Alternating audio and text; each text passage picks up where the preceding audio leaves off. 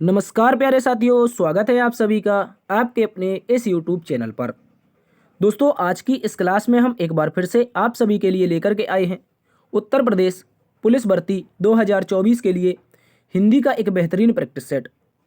प्यारे दोस्तों, आज की इस क्लास में हम हिंदी का पार्ट नंबर 6 देखने वाले हैं। और इससे पहले कि यदि आपने पिछले पार्ट नहीं देखे हैं तो आप पिछले पार्ट्स को भी जाकर के देखिएगा। यूपी पुलिस एग्जाम से रिलेटेड बहुत ही इंपॉर्टेंट क्वेश्चन पिछली क्लासेस में कवर किए गए हैं। और दोस्तों, आज की ये जो क्लास रहेगी इसमें हमने एक बार फिर से व्याकरण और साहित्य के बेहतरीन प्रश्नों को शामिल किया है जो आपके एग्जाम में बार बार पूछे जाते हैं।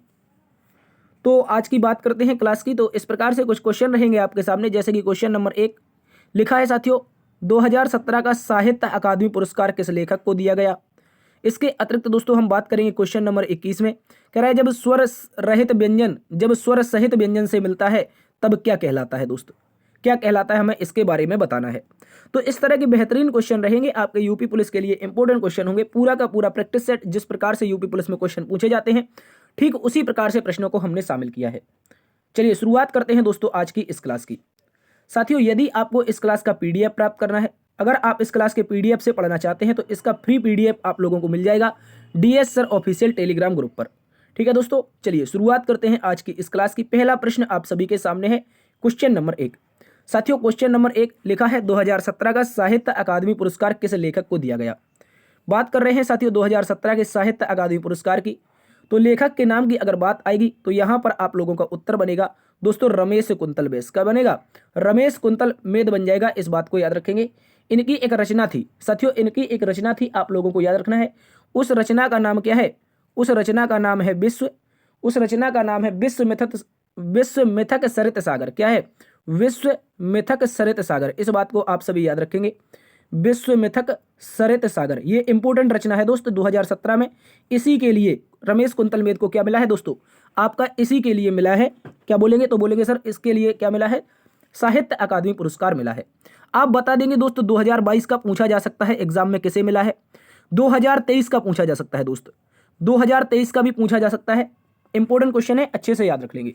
तो साथियों अगर बात करते हैं 2022 के साहित्य अकादमी पुरस्कार की, तो ये किसे मिला है जल्दी से बता देंगे आप लोग। ये हमने आपको करवाया है, ये हमने दोस्त आपको करवाया है तुमड़ी के शब्द के लिए। तुमड़ी के शब्द दोस्त एक रचना है, तुमड़ी के शब्द ये रचना है। जल्दी से बता दो किसकी रचना है साथियों। तो आप बात करेंगे अगर इस रचना के बारे में, तुमड़ी के शब्द जो रचना है ये बद्री नारायण की है। और 2023 में एक रचना है यादें यादें और यादें। ठीक है, यादें यादें और यादें इसके लिए मिला है। यादें यादें और यादें के लिए किसे मिला है ये बता दो। ये आप लोग बता देंगे, गूगल करके बता सकते हो। ठीक है दोस्तों, चलते हैं अगले प्रश्न की तरफ। अगला प्रश्न आप सभी के सामने क्वेश्चन नंबर 2 है। कहा गया है निम्नलिखित प्रश्न में 4 विकल्पों में से उस सही विकल्प का चयन करें जो दिए गए पद के उचित अलंकार का रूप सबसे अच्छा विकल्प है। जल्दी से बता देंगे। एक लाइन दे रखी है, यानी कि एक पद दे रखा है, तरनी तनुजा तट तमाल तरबर बहुछाई। इसमें कौन सा अलंकार हो जाता है दोस्तों। जब भी एक वर्ड की आवृत्ति बार बार होती है, अच्छे से याद रखेंगे, जब भी एक वर्ड की आवृत्ति बार बार होती है तो वहां पर अनुप्रास अलंकार होता है। तो साथियों यहां पर किस वर्ड की आवृत्ति बार बार हुई है, ताकि यहां पर है, ताकि यहां पर भी है, ता है और ता है। यानी कि दोस्तों जो ता नाम का वर्ड है, इस वर्ड की आवृत्ति इसमें 5 बार हुई है। यानी कि बार बार जब आवृत्ति होती है तो वहां पर साथियों जो आपका अलंकार होता है उस अलंकार का नाम होता है अनुप्रास अलंकार। क्या होता है, अनुप्रास अलंकार आपका सही उत्तर हो जाएगा साथियों, इस बात को याद रखेंगे। अगर हम बात करते हैं यहाँ पर उपमा अलंकार की, किसकी, उपमा अलंकार पूछा जाता है, उपमा अलंकार पूछा जाता है, बहुत इंपॉर्टेंट है। उपमा में आपसे एक उदाहरण पूछा जाएगा, मुख चंद्रसा सुंदर है, या कह सकते हैं मुख चंद्रसा कोमल है। ठीक है, मुख चंद्र सा कोमल है, मुख चंद्रसा कैसा है, मुख चंद्रसा कोमल नहीं सुंदर कह सकते हैं, मुख चंद्रसा सुंदर है। जब भी उपमेय की तुलना उपमान से होती है तो वहां पर कौन सा होता है, उपमेय अलंकार होता है। श्लेष और यमक इन दोनों में कंफ्यूजन होती है, इनको आप लोग बता देंगे। श्लेष का उदाहरण बता दो, एक यमक का उदाहरण बता दो। अगले प्रश्न में आ जाओ। अगला प्रश्न दोस्तों क्वेश्चन नंबर 3 लिखा है निम्न प्रश्न में 4 विकल्पों में से उस सही विकल्प का चयन करें जो रेखांकित शब्दों का सही अव्यय भेद है। दोस्त बता देंगे, सही अव्यय भेद बताना है। रेखांकित आपको कुछ शब्द दे रखे हैं, जल्दी से बता देंगे सभी प्यारे साथी इसका उत्तर क्या रहने वाला है। तो एक बेहतरीन सा क्वेश्चन है, किसका पूछा है दोस्तों, दिन भर में अव्यय पूछा है। आज दिन भर वर्षा होती रही, तो दोस्तों रेखांकित किसे किया है, दिन भर को, और दिन भर में पूछा है कौन सा अव्यय है। तो बताएंगे कौन सा अव्यय है, क्या दोस्तों क्रिया विशेषण है, संबंध बोधक है, समुच्चय बोधक है, विस्मयादि बोधक है? तो विस्मयादि बोधक होगा नहीं, चूंकि यहाँ पर विस्मयादि चिन्ह नहीं है। संबंध बोधक भी नहीं होगा, ठीक है, इसको याद रखेंगे। समुच्चय बोधक या क्रिया विशेषण।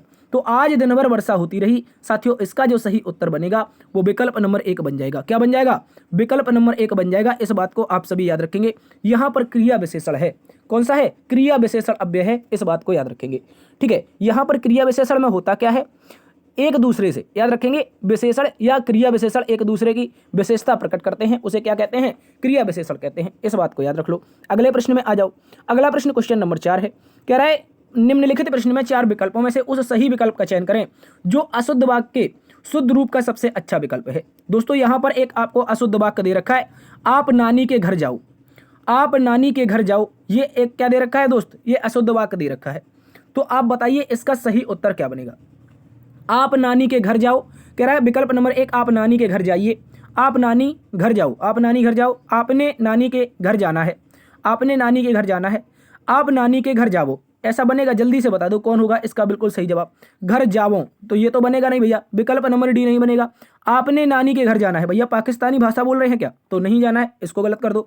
आप घर जाओ, भैया आप बोल रहे हो, तो अगर आप शब्द आता है तो सम्मानीय व्यक्ति के लिए आता है, तो यहाँ पर जाओ कैसे हो सकता है? जाओ होगा ही नहीं। तो आप नानी के घर जाइए। दोस्त जब सम्मानीय व्यक्तियों के लिए आप लगता है तो पीछे उसका ध्यान देना पड़ता है क्रिया का, क्या कह रही है। तो दोस्तों याद रखेंगे, यहाँ पर आप नानी के घर जाइए आपका सही उत्तर हो जाएगा। इस बात को सभी प्यारे दोस्त याद रखेंगे। अगले प्रश्न में आ जाओ। अगला प्रश्न है आपके पास क्वेश्चन नंबर 5, कह रहा है कि निम्नलिखित प्रश्न में 4 विकल्पों में से उस विकल्प का चयन करें। कह रहा है कि जो दिए गए मुहावरे के सही अर्थ वाला विकल्प है। एक मुहावरा दे रखा है दोस्त, गीदड़ भभकी। गीदड़ भभकी का आपका क्या बताना है? तो साथियों आप बोलेंगे इसका हमें क्या बताना है, सही अर्थ बताना है, क्या हो जाएगा?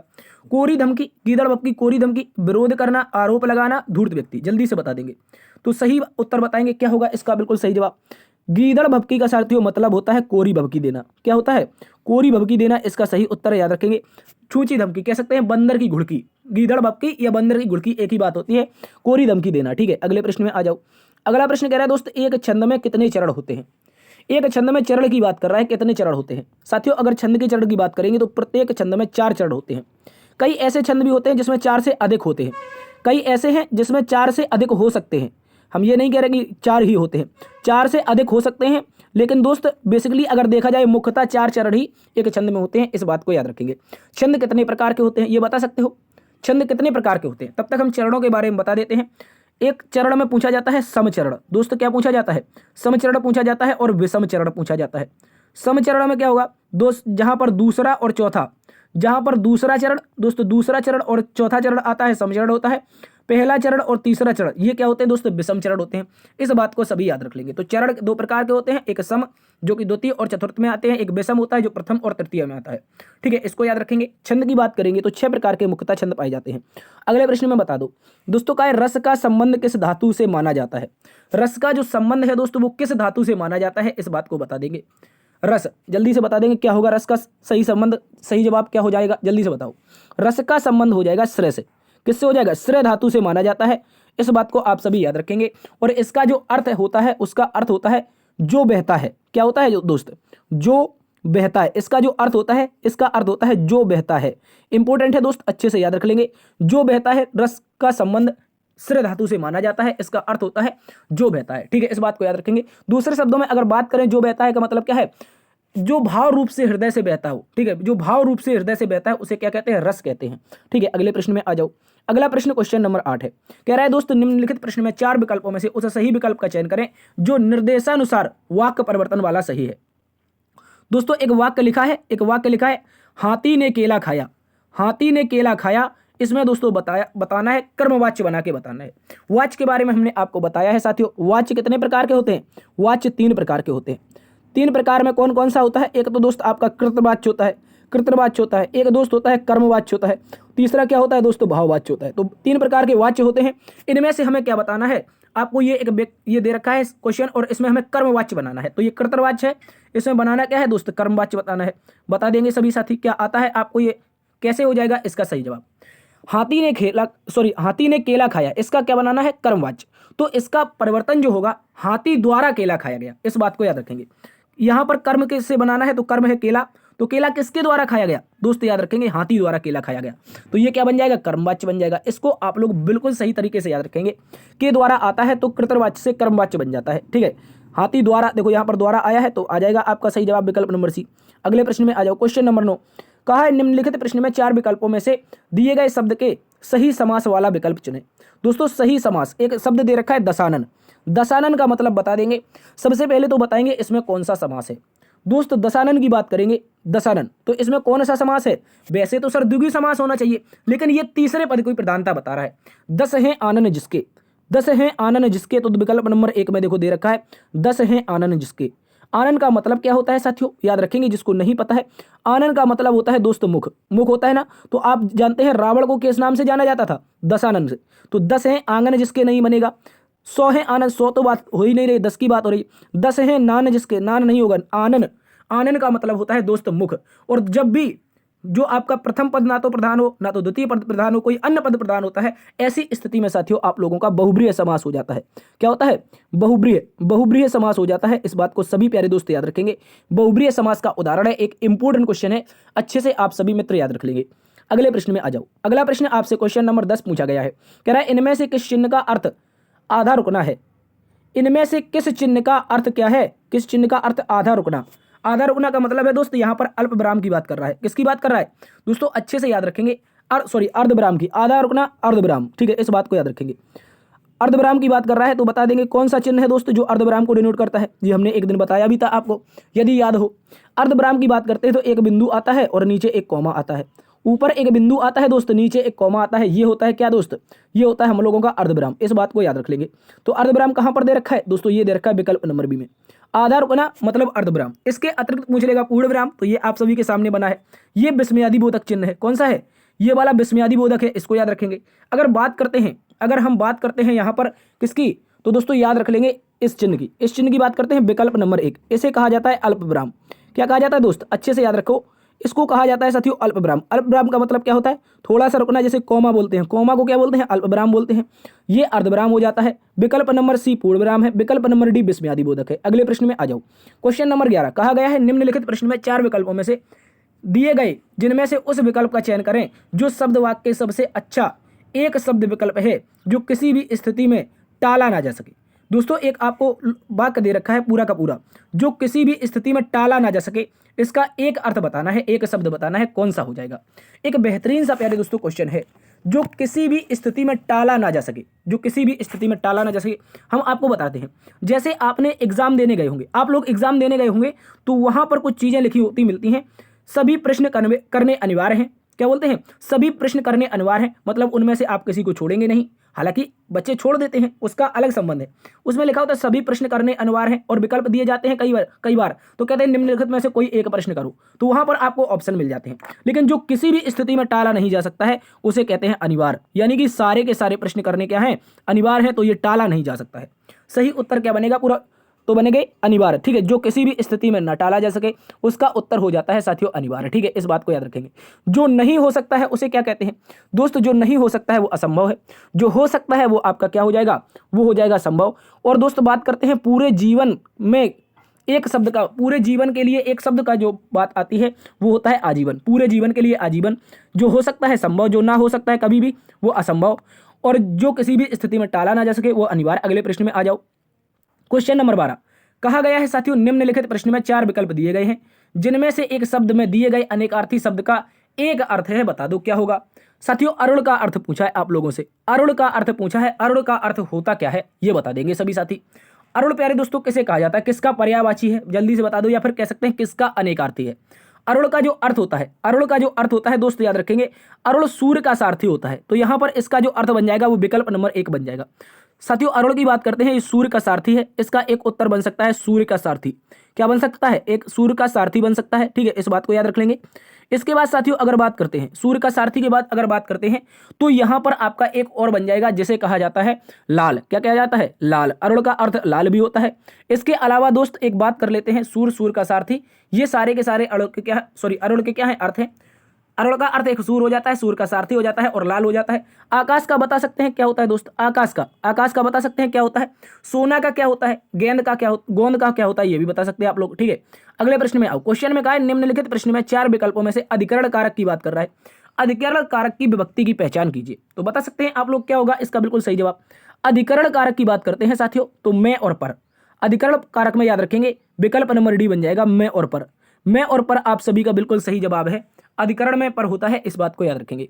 ऐसे कहावत है, कर्ता ने कर्म को कर्ण से के द्वारा, ठीक है, अधिकरण में पर। इस तरह से हमने कल एक दिन आपको लिखवाया भी था, इस बात को याद रख लेंगे। रारी रे, हे और अरे होता है संबोधन के लिए, हे अरे होता है संबोधन के लिए। से और के लिए किसके लिए होता है आप बता सकते हैं। रारी रे होता है संबंध के लिए। अगले प्रश्न में आ जाओ। अगला प्रश्न है क्वेश्चन नंबर 14, कह रहा है कि निम्नलिखित प्रश्न में 4 विकल्पों में से उस सही विकल्प का चयन करें जो बताता है कि कौन सा पुरुषवाचक सर्वनाम का भेद नहीं है। दोस्त सर्वनाम की बात आ रही है और सर्वनाम 6 प्रकार के होते हैं और उनमें से एक सर्वनाम होता है जिसका नाम होता है पुरुषवाचक सर्वनाम। और पूछा ऐसा कौन सा विकल्प है जो पुरुषवाचक सर्वनाम का क्या नहीं है साथियों, भेद नहीं है। तो क्या बोलेंगे सर, पुरुषवाचक सर्वनाम का भेद नहीं है। अति उत्तम, अति उत्तम नाम का कोई भी पुरुषवाचक सर्वनाम नहीं होता है। अन्य पुरुषवाचक होता है, मध्यम पुरुषवाचक होता है, उत्तम पुरुषवाचक होता है। इस बात को याद रख लो। अन्य पुरुषवाचक, उत्तम पुरुषवाचक, मध्यम पुरुषवाचक। अगर पूछेगा सर्वनाम की संख्या कितनी होती है, दोस्तों क्वेश्चन सीधा पूछता है सर्वनाम की संख्या। सर्वनाम की संख्या की बात आएगी, सर्वनाम के भेद अलग है, सर्वनाम की संख्या अलग है। सर्वनाम की संख्या की बात आएगी तो दोस्त 11 है, जबकि सर्वनाम के भेद कितने हैं क्वेश्चन पूछ सकता है दोस्त, तो सर्वनाम के भेद है 6। इस बात को याद रख लो। अगले प्रश्न में आ जाओ साथियों। अगला प्रश्न क्वेश्चन नंबर 15 है, कह रहा है कि निम्नलिखित प्रश्न में 4 विकल्पों में से उस सही विकल्प का चयन करें जो बताता है कि क्रिया भूतकाल से शुरू होकर अभी अभी समाप्त हुई है। क्रिया दोस्त कहां से, भूतकाल से समाप्त होकर भूतकाल से शुरू हुई थी लेकिन अभी अभी समाप्त हुई है, उसमें कौन सा भूतकाल आ जाएगा, जल्दी से सभी प्यारे दोस्त बता देंगे। कह रहा है जो क्रिया है वो भूतकाल में शुरू हुई थी लेकिन अभी अभी समाप्त हुई है, तो ऐसी स्थिति में होता है प्यारे दोस्तों कौन सा, तो आप सभी याद रख लेंगे आसन्न भूतकाल, यानी कि अभी अभी समाप्त हुई है। शुरुआत तो पहले हुई थी लेकिन अभी अभी समाप्त हुई है, इसमें होता है निकट कह सकते हैं या फिर कह सकते हैं आसन्न भूतकाल। क्या कह सकते हैं साथियों, आसन्न भूतकाल कह सकते हैं। तो विकल्प नंबर कौन हो जाएगा आप सभी का प्यारे दोस्तों, बी नंबर का हो जाएगा। ठीक है, काल कितने प्रकार के, तो 3 प्रकार के होते हैं, उनके अलग अलग भेद होते हैं। हम आगे चल करके एक एक करके प्रश्न सभी शामिल कर लेंगे। अगले प्रश्न में आ जाओ।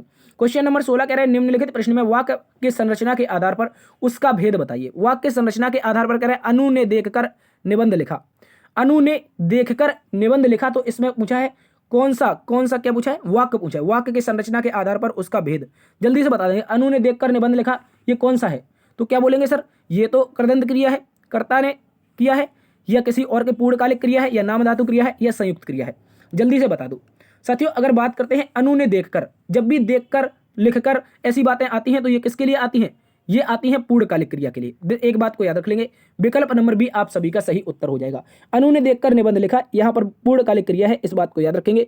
जबकि कर्ता एक क्रिया, देखो यहाँ पर बात समझो कैसे, अनु ने देखा, पहले एक क्रिया समाप्त हो गई, जल्दी से बताओ, पहले एक क्रिया समाप्त हुई फिर दोस्तों दूसरी क्रिया आ गई, तो यहाँ पर 2 क्रिया हो गई ना।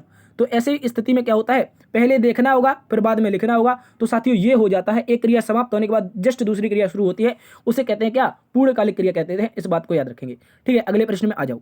अगला प्रश्न क्वेश्चन नंबर 17 कह रहा है निम्नलिखित प्रश्न में 4 विकल्प दिए गए हैं जिनमें से उस विकल्प का चयन करें जो दिए गए शब्द का स्त्रीलिंग है। तो दोस्तों प्रबंधकर्ता लिखा है, प्रबंधकर्ता का स्त्रीलिंग बताना है। क्या बताना है साथियों, प्रबंधकर्ता का स्त्रीलिंग बताना है। तब तक आप लोग बता देंगे नेता का स्त्रीलिंग क्या होता है। ठीक है, अभिनेता का स्त्रीलिंग क्या होता है, ये पूछे जाते हैं दोस्त। अभिनेता का क्या होता है, अभिनेता तो बता सकते हैं आप लोग, फिल्मों में बहुत ज़्यादा इनके नाम आते रहते हैं, नेता अभिनेता। ठीक है, और इसके अलावा राजनेता, वो एक ही बात हो जाएगी, नेता अभिनेता राजनेता। प्रबंधकर्ता का बता दो दोस्त। तो नेता की बात करते हैं, दोस्त, इसका उत्तर बनता है नेत्री। क्या बनता है, नेत्री। और अभिनेता की बात करते हैं तो दोस्त ये अभिनेत्री होती है। क्या होती है, अभिनेत्री होती है। तो स्त्रीलिंग में ता कहाँ बदल जाता है, त्रा में बदल जाता है। तो देखो त्रा में कहाँ पर बदला है, विकल्प नंबर सी में, प्रबंधकर्त्री हो जाएगा। प्रबंधकर्ता का क्या हो जाएगा दोस्त, प्रबंधकर्त्री हो जाएगा। इस बात को सभी प्यारे दोस्त याद रखेंगे, विकल्प नंबर सी आप सभी का सही उत्तर है। अगले प्रश्न में आओ। क्वेश्चन नंबर 18 कह रहा है दिए गए शब्द का सही बहुवचन वाला रूप बताइए। तो नेता का बहुवचन बताना है दोस्त, किसका, नेता का बहुवचन बताना है। अच्छे से बता दो, ये हमने आपको करवाया था जब बताए थे कि कुछ शब्द बहुवचन होते हैं, उनमें से बताया था। नेता का नेते होगा, नेतों होगा, नेताओं होगा। जल्दी से बता दो, क्या आप लोग विकल्प नंबर सी के बारे में सोच रहे हैं, जल्दी से बता दो, क्या आप लोग विकल्प नंबर सी के बारे में सोच रहे हैं, तो ये सरासर गलत है। अब बताएंगे तो नेते होगा नहीं, बी वाला भी होगा नहीं, देखो नेता हुआ, इसके अलावा चाकू, सॉरी नेता हुआ, इसके अलावा क्या हुआ, दर्शन हुआ, दर्शन के अलावा क्या हुआ, ये और सारे शब्द जैसे चाचा हुआ, पिता हुआ और दादा हुआ, ये सारे के सारे क्या होते हैं, ये आपके एक वचन रहते हैं। ये बहुवचन में इनका क्या होता है, ये हमेशा एक वचन रहते हैं, यानी कि बहुवचन भी इनका यही बनता है और यही एक वचन भी बनता है। तो इस प्रकार से याद रख लेंगे, नेता का हमेशा नेता होगा। दोस्त दादा का आप लोग कभी बताए हैं दादे, जल्दी से बताओ, दादा का आपने बहुवचन कभी बताया कि मेरे दादे खड़े हैं, ऐसा तो होता नहीं है। चाचे खड़े हैं, पिताएं खड़े हैं, ऐसे कुछ नहीं होता। पिताजी खड़े हैं, दादाजी खड़े हैं, चाचा जी खड़े हैं, तो इनमें कभी भी नहीं बनता है। दोस्त अच्छे से याद रख लेंगे, नेता का नेता ही होगा। अगले प्रश्न में आ जाओ।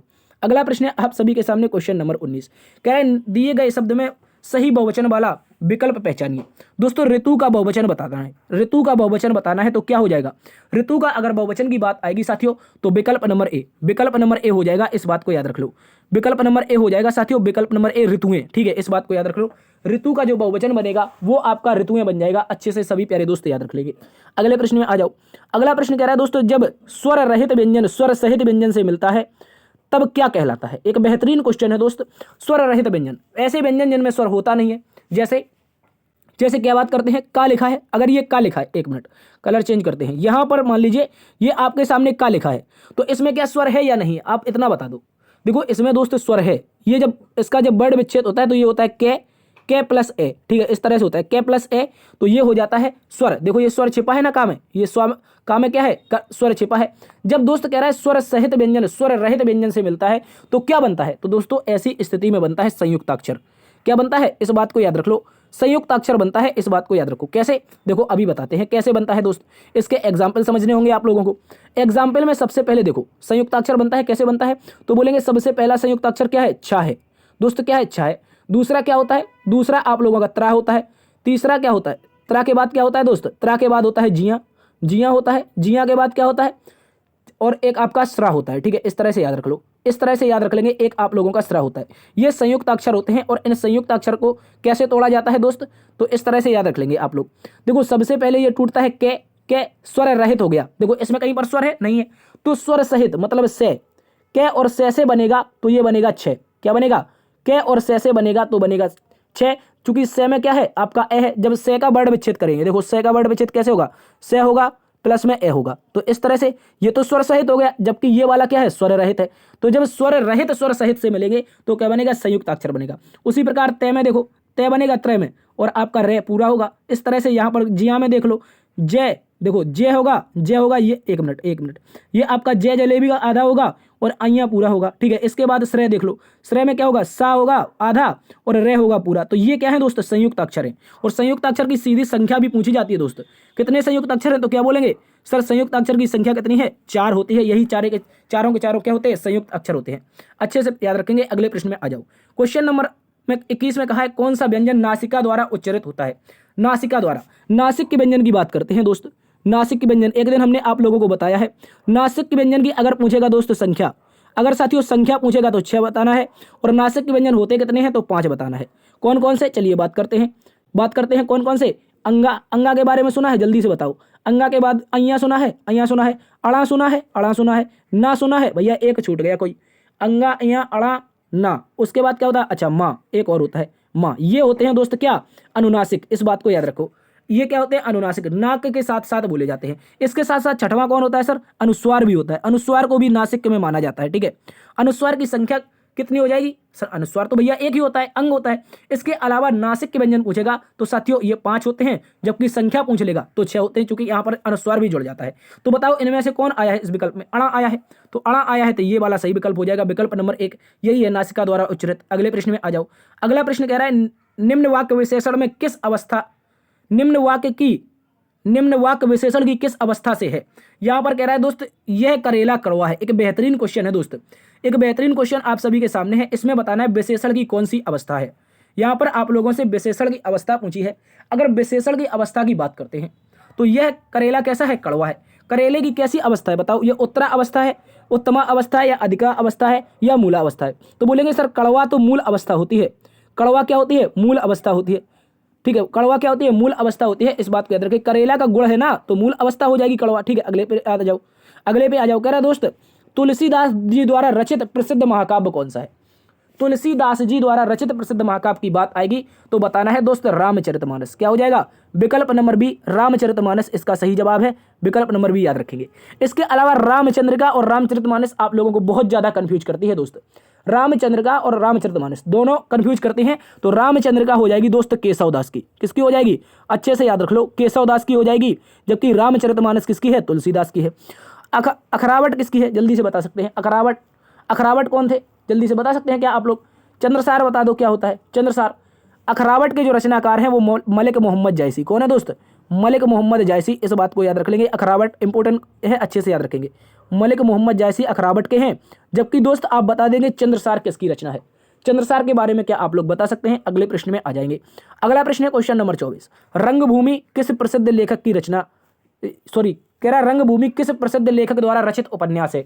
जल्दी से बताएंगे रंगभूमि किसका उपन्यास है। एक इंपॉर्टेंट क्वेश्चन है दोस्त।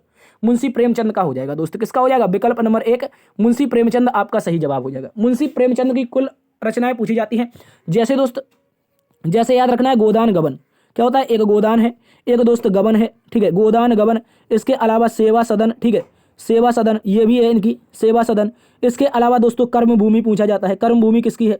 कर्मभूमि बता देंगे किसकी है? मुंशी प्रेमचंद की है। इसके अलावा साथियों आप लोगों से पूछा जाता है निर्मला किसकी है? क्या पूछा जाता है? निर्मला किसकी है? तो निर्मला भी मुंशी प्रेमचंद की है। इसके अलावा इनकी और एक पूछी जाती है प्रेमाश्रम किसकी है? प्रेमाश्रम किसकी है? ये सारी की सारी रचनाएं किसकी हैं दोस्त? मुंशी प्रेमचंद की हैं। इसके अलावा कायाकल्प भी पूछी जाती है दोस्त। क्या पूछी जाती है? कायाकल्प। कायाकल्प किसकी है? जल्दी से बता देंगे तो बोलेंगे सर मुंशी प्रेमचंद की है। अब बात करते हैं यहाँ पर किसकी? यहाँ पर धर्मवीर भारती की। धर्मवीर भारती की एक रचना है ठेले पर हिमालय। किस पर है? ठेले पर हिमालय, ये बहुत प्रसिद्ध है। ठेले पर हिमालय किसकी है? तो बोलेंगे सर ये धर्मवीर भारती की है। विष्णु शर्मा की बता दो। विष्णु शर्मा की तो पंचतंत्र फेमस है। विष्णु शर्मा की कौन सी? पंचतंत्र फेमस है, ठीक है, इसको याद रखेंगे। हरिशंकर प्रसाद की एक दो रचनाएं आप लोग कमेंट बॉक्स में बताएंगे। अगले प्रश्न में आ जाओ। अगला प्रश्न कह रहा है इनमें से कौन सी जयशंकर प्रसाद जी द्वारा रचित प्रसिद्ध रचना है? जयशंकर प्रसाद की बात कर रहा है दोस्त। बता दो जयशंकर प्रसाद की रचना कौन सी है? तो आप बोलेंगे सर कामायनी हो जाएगी। कौन हो जाएगी? कामायनी हो जाएगी। इसके अलावा इनकी प्रसिद्ध है आंसू। इनकी प्रसिद्ध क्या है? आंसू उपन्यास है। झरना क्या है? यह भी प्रसिद्ध है, झरना है। लहर है दोस्त, लहर भी है इनकी प्रसिद्ध। आंसू, झरना, लहर। इसके अलावा इरावती इनकी अपूर्ण रह गई थी चूंकि इनकी मृत्यु हो गई थी इसको रचना करते समय। एक मिनट, इरावती ये अपूर्ण है दोस्त, इसको याद रखेंगे। ये किसकी रचना है? अपूर्ण, इरावती। तो बोलेंगे जयशंकर प्रसाद की है। तो जयशंकर प्रसाद की आंसू, झरना, लहर, कामायनी। एक इनकी प्रेम पथिक भी पूछी जाती है। क्या पूछी जाती है? ये सारी की सारी किसकी हैं दोस्त? याद रखेंगे जयशंकर प्रसाद की। प्रेम पथिक भी इनकी पूछी जाती है, इंपॉर्टेंट हो जाती है। आप नीरजा के बारे में बता दो ये किसकी रचना है? जल्दी से बता देंगे सभी साथी नीरजा किसकी रचना है? तो दोस्तों याद रखेंगे आधुनिक मीरा महादेवी वर्मा की। किसकी है दोस्त? महादेवी वर्मा जी की है।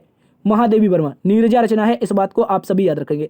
अनामिका किसकी है? कोई बता सकता है दोस्त अनामिका रचना किसकी है?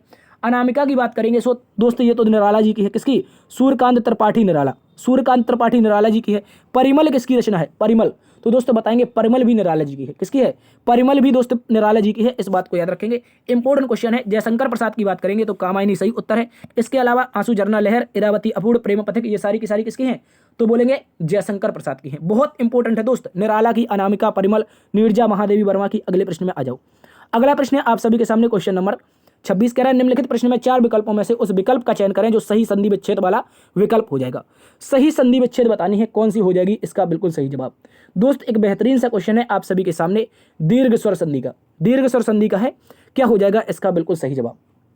क्वेश्चन नंबर 1 विकल्प नंबर 1 कह रहा है धर्म प्लस आत्मा, धर्म प्लस आत्मा, धर्मा प्लस तमा, धर्मा प्लस तमा। जल्दी से बता दो, जल्दी से बता देंगे प्यारे दोस्तों क्या होगा इसका बिल्कुल सही जवाब। तो बात आती है जब इसके सही जवाब की, तो विकल्प नंबर कौन सा बन जाएगा साथियों? विकल्प नंबर आपका बन जाएगा बी वाला। विकल्प नंबर कौन बन जाएगा? बी वाला। धर्म प्लस आत्मा हो जाएगा दोस्त। क्या हो जाएगा? धर्म प्लस आत्मा हो जाएगा, इसको याद रखेंगे। ये कौन सा उदाहरण है? स्वर संधि का उदाहरण है। अगले प्रश्न में आ जाओ। अगला प्रश्न क्वेश्चन नंबर 27 कह रहा है दोस्तों निम्नलिखित 4 प्रश्न विकल्पों में से उस विकल्प का चयन करें जो दिए गए शब्द का सही समान अर्थ वाला है। समानार्थी पूछा है कौशल का। कौशल का समानार्थी एक होता है क्षमता।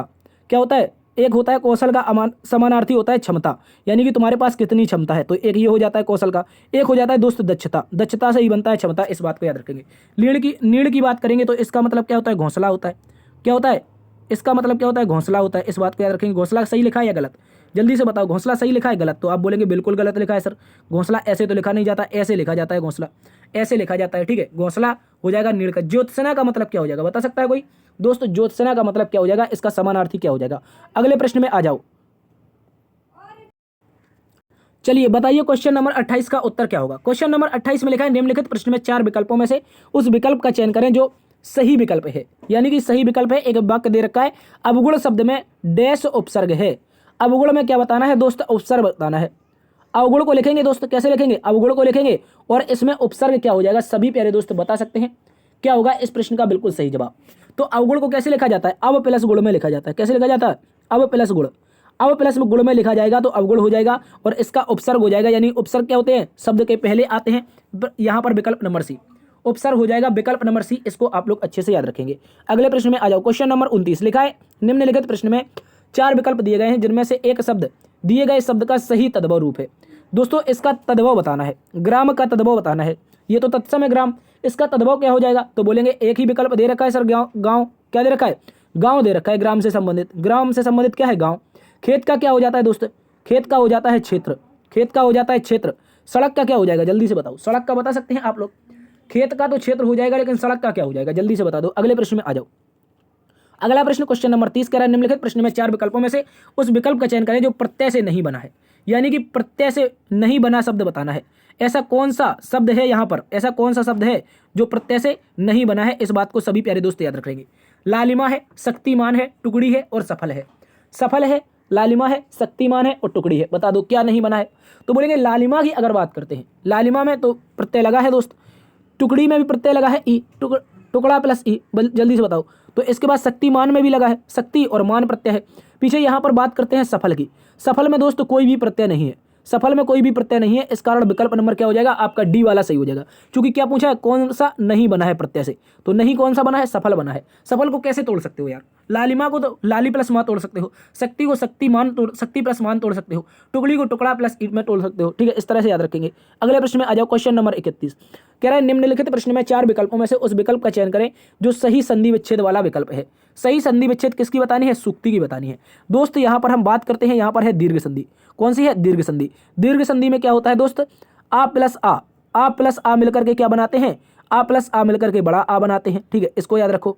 इसके बाद ऊ प्लस ऊ मिलकर के क्या बनाते हैं दोस्त? बड़ा ऊ बनाते हैं। ठीक है, और छोटी ई प्लस छोटी ई, छोटी ई, एक मिनट, ये बड़ी काय बना दी?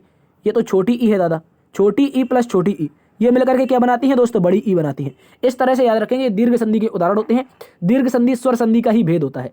तो बताना है क्या बनेगा। देखो सुक्ति, ये बड़ा ऊ आया ना, ये बड़ा ऊ आया, यहीं से टूटेगा। सु छोटा ऊ में टूटेगा। सु प्लस उक्ति क्या हुआ? सु प्लस उक्ति। तो यहाँ पर गौर से देखो, एक छोटा ऊ इस तरफ हो गया, ये वाला। एक छोटा ऊ कहाँ पर हो गया? ये वाला। तो दोनों से टूटा है, तो सु प्लस उक्ति मतलब विकल्प नंबर 1 बिल्कुल सही है। सु प्लस उक्ति विकल्प नंबर 1 बिल्कुल सही है। इसको याद रखेंगे। इनमें कहीं पर ऊ नहीं आया है, इसमें ऊ आया है, लेकिन इस साइड ऊ नहीं है, तो गलत हो जाएगा। आपका विकल्प नंबर ए बनेगा। इस बात को याद रखेंगे। अगले प्रश्न में आ जाओ।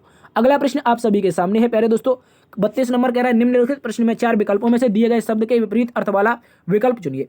इसका विलोम बताना है वंधन का। वंधन का विलोम बताना है दोस्त। क्या हो जाएगा इसका बिल्कुल सही जवाब? आप लोग इसको कमेंट बॉक्स में जल्दी से बता देंगे, जल्दी से बता देंगे। वंधन का विपरीत अर्थक क्या हो जाएगा? बांधना हो जाएगा, रिश्ता हो जाएगा। जल्दी से बताओ। बांधना हो जाएगा, रिश्ता हो जाएगा और छोड़ना हो जाएगा। ये होमवर्क है, आप लोग इसको कमेंट बॉक्स में जवाब दे देंगे।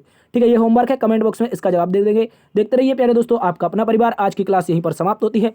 सेशन को अभी तक लाइक नहीं किया तो लाइक जरूर कर दीजिए। सेशन को अभी तक शेयर भी नहीं किया तो शेयर कर दीजिए अपने दोस्तों में। और अभी भी सब्सक्राइब नहीं किया यार, तो अब तो सब्सक्राइब कर सकते हैं आप लोग। इसको जरूर सब्सक्राइब कीजिए। देखते रहिए आपका अपना परिवार लर्न विद डीएस सर। मिलते हैं एक नई क्लास में, तब तक के लिए अपना ख्याल रखना। जय हिंद, जय भारत।